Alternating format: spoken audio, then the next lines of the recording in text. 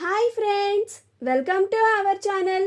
గుండె నిండా గుడి గంటలు సీరియల్ నెక్స్ట్ ఎపిసోడ్లో ఏం జరగబోతోందో ఈ వీడియోలో చూసి తెలుసుకుందాం.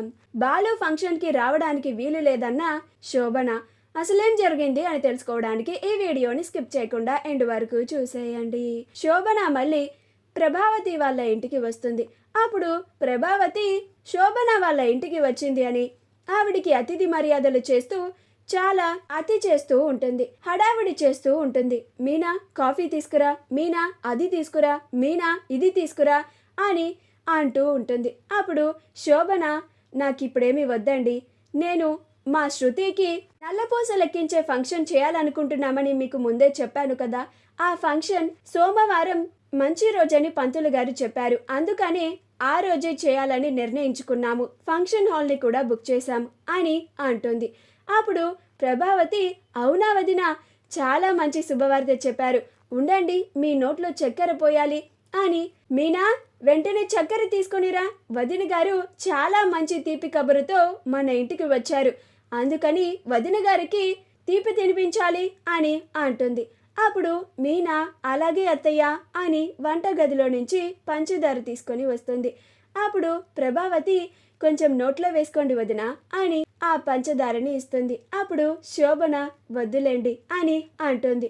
అప్పుడు ప్రభావతి, నేను నోట్లో వేసుకుంటాను వదిన గారు, మీరు చాలా మంచి శుభవార్త చెప్పారు అని ఆ పంచదారని తింటుంది. అలా శోభన, మీకొక విషయం చెప్పాలి, ఆయన ఈ ఫంక్షన్ జరగడానికి ఒక కండిషన్ పెట్టారు అని అంటుంది. అప్పుడు ప్రభావతి, అవునా, ఏంటది వదిన అని అంటుంది. అప్పుడు శోభన, ఈ ఫంక్షన్కి బాలు రావడానికి వీలు లేదు అని చెప్పారు, బాలు రాకపోతేనే ఈ ఫంక్షన్ చాలా సక్రమంగా సజావుగా జరుగుతుందని ఆయన అభిప్రాయం. బాలు వస్తే ఏదో ఒక గొడవ చేస్తాడు అని, అందరి ముందు పరువు పోతుందని ఆయన అనుకుంటున్నారు. అంతే వదిన, మీరు దాన్ని తప్పుగా అనుకోకండి అని అంటుంది.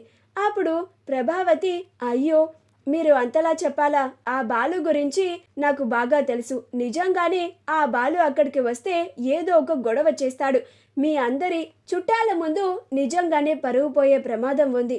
ఆ బాలు ఆ ఫంక్షన్కి రాడంతే, రానివ్వకుండా నేను చూసుకుంటాను కదా, మీరు నిశ్చింతగా ఇంటికి వెళ్ళి అన్నయ్య గారితో చెప్పండి, బాలు ఫంక్షన్కి అసలు రాడు అని, ఆ బాలు రాకుండా నేను చేస్తాను అని అంటుంది.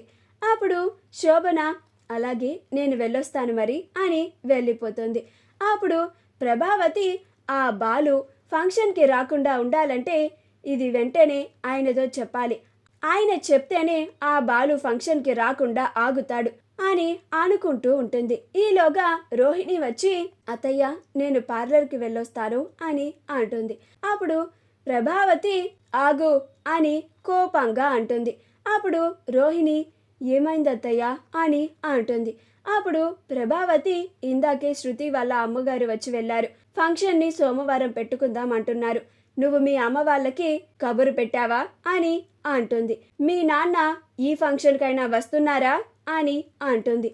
అప్పుడు రోహిణి, నేను మా నాన్నతో కాల్ చేసి మాట్లాడాను అత్తయ్య, ఆయన జర్మనీలో ఉన్నారంట, ఇప్పుడు ఆయన రావడానికి కుదరదు అని చెప్పారు అని అంటుంది.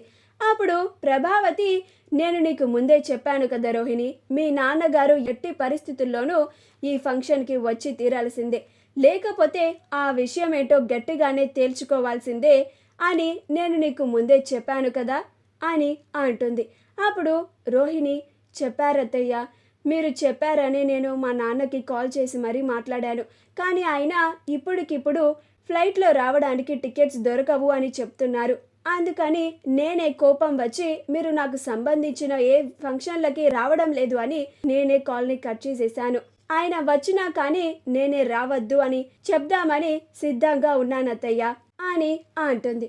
మా వీడియో కనుక మీకు నచ్చినట్లయితే లైక్ చేయండి, షేర్ చేయండి, మా ఛానల్ని సబ్స్క్రైబ్ చేసుకోండి, పక్కనే ఉన్న బెల్ ఐకాన్ని క్లిక్ చేయడం మాత్రం మర్చిపోకండి.